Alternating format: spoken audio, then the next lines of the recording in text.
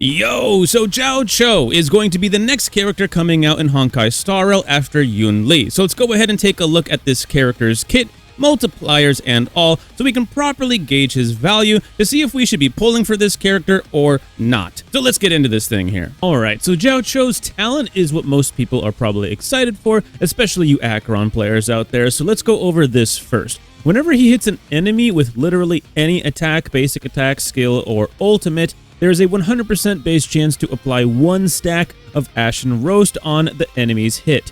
Now, just as a heads up, you're going to want to build a lot of effect hit rate on him to maximize his damage and overall potential, not just so that you can increase his odds of applying Ashen Roast. You'll need 140% effect hit rate.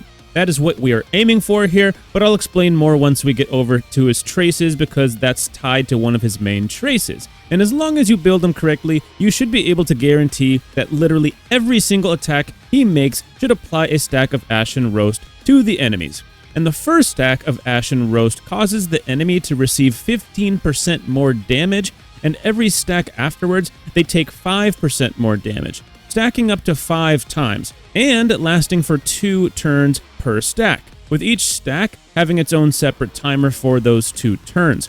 A total of 35% increased damage can be taken by enemies with max capacity of all of these 5 stacks. But that's not all. Applying Ashen Roast on an enemy is also considered as applying burn to that enemy in the form of a fire DOT, causing them to receive 180% of Jiaoqiu's attack at the beginning of their turn. So yes, Jiaoqiu will be a solid option to pair with ACHERON. How good he will be with her, we're just going to have to do some in-person testing to know for sure, because it's a little bit hard to tell at this time. Again, we'll go over that a little bit later too. But it's going to be hard to replace Pela or Silverwolf, especially like you E2 ACHERON enjoyers out there who only need one other Nihility character besides her, meaning that in many cases you want to have another character like Sparkle on the team for the buff because you already get that second support buff with an E2 ACHERON. So it's really hard to replace some of the characters we already have in the game. So Jiaoqiu has some really tough competition as far as ACHERON team compositions are concerned. Now, as far as Jiaoqiu's skill is concerned, he deals a blast damage attack to the main enemy target and a lesser amount of damage to the enemies on either side of it. 150% of his attack for the main target and 90% of his attack to the enemies on the sides of it, with a 100% base chance to apply Ashen Roast, but only on the primary target. Pretty straightforward. Now let's get over to his ultimate, which is a bit more complicated, but interestingly, his ultimate only has a low energy cost of 100. So upon casting this ultimate, this pink-haired man's will set the number of Ashen Roast stacks on enemies to the highest number of stack amongst all enemies. So this is basically like an AoE debuff in a way, but it works way differently than somebody like Pela, for example. So make sure you are applying Ashen Roast to all enemies that you can, and make sure that one of those enemies has max stacks if you can, to ensure when he does use his ultimate that he can max out stacks on all enemy units. But it ain't over there. He also creates a special zone and deals fire damage equating to 100% of his attack to all enemies. And while inside the zone, all enemies receive 15% more damage from ultimates. Yeah, I'm looking over at you, ACHERON, with a 60% base chance of being afflicted with another stack of Ashen Roast. While this zone is active, this effect can trigger to a maximum of 6 stacks, and for each enemy, it can only trigger 1 time each turn. However, the tally for the trigger resets every time Jiaoqiu uses his ultimate. His special zone lasts for 3 turns, and the count decreases at the start of his turn, so pay attention to that. Now let's go over his technique. It creates a dimension that lasts for 15 seconds, and once you enter battle, he deals 100% of his attack to all enemies in the form of another AoE, with a 100% base chance to apply Ashen Roast to all enemies. Just be aware that only one dimension can exist at a time with your team, so choose wisely if you have another character on your team with a dimension, because you may want to use theirs instead. It just depends on what team composition that you're using. Now let's go over his 3 main traces. Firstly, when he enters battle, he immediately gains 15 energy. This is huge because he has a low-cost ultimate of only 100 energy. Otherwise, a little bit of energy wouldn't necessarily matter that much, but when he enters battle, he only needs 85 more energy to use his first ultimate, and his ultimate is a very, very important part of his kit, and good combat players, aware combat players, will be able to use synchronizations of his ultimate and applications of Ashen Roast to really get a lot out of the character. So it is a pretty good boost to get this 15 energy at the start of battle. But this next trace is really important. For every 15% of his effect hit rate that reaches over 80%,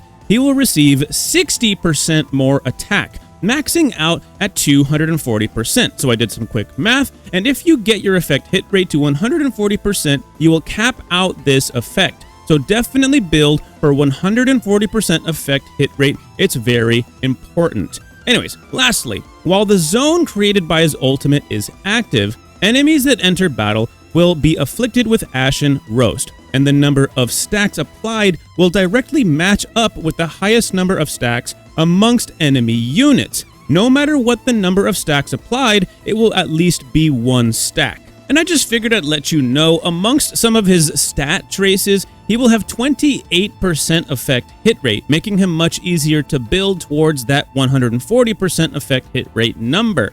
And he's also gonna get at least 5 speed from his traces with a base speed of 98. So if you're one of those speed demons and you really like your character to have a lot of speed, good luck, I guess. 103 is not all that bad, but you're definitely gonna want some substats and speed for a character like this. Debuffers want to be really, really fast, and this dude is a debuffer by trade. Now, Jiaoqiu was clearly designed to work well with ACHERON, but also potentially DOT teams as well with that burn effect. He also is a debuffer, so he may have other less obvious use as well. But we will just have to see if he can replace other already existing units in the game. He was advertised as a Nihility character that also has a heal, but they nerfed him several times during development, and he no longer has that heal, despite being a healer in the lore. Like, seriously, they talk about his healing all the time. It makes no sense. We thought we were getting a sub DPS with a heal for the first of its kind. It made every zero sustain player cream their pants because this was supposed to potentially make zero sustain viable again.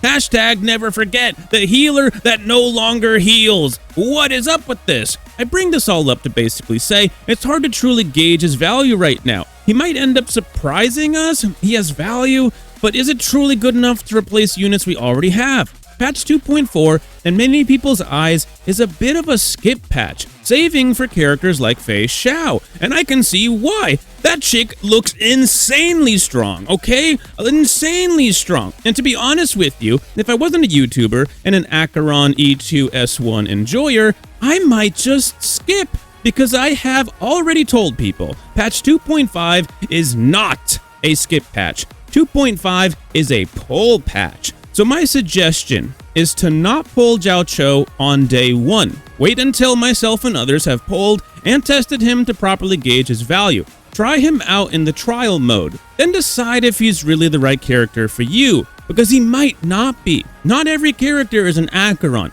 a Firefly, Ron May, Sparkle, Robin, Fushuan, Aventurine, etc., etc. You get the point. Some characters simply aren't quite as good as others, and that's okay. Now shoot, if he's your husbando or whatever, don't let me stop you. As always, pull who you like, not necessarily always for the meta. The game isn't that hard, but I make these videos so new and old players can see the value and make an educated decision for themselves.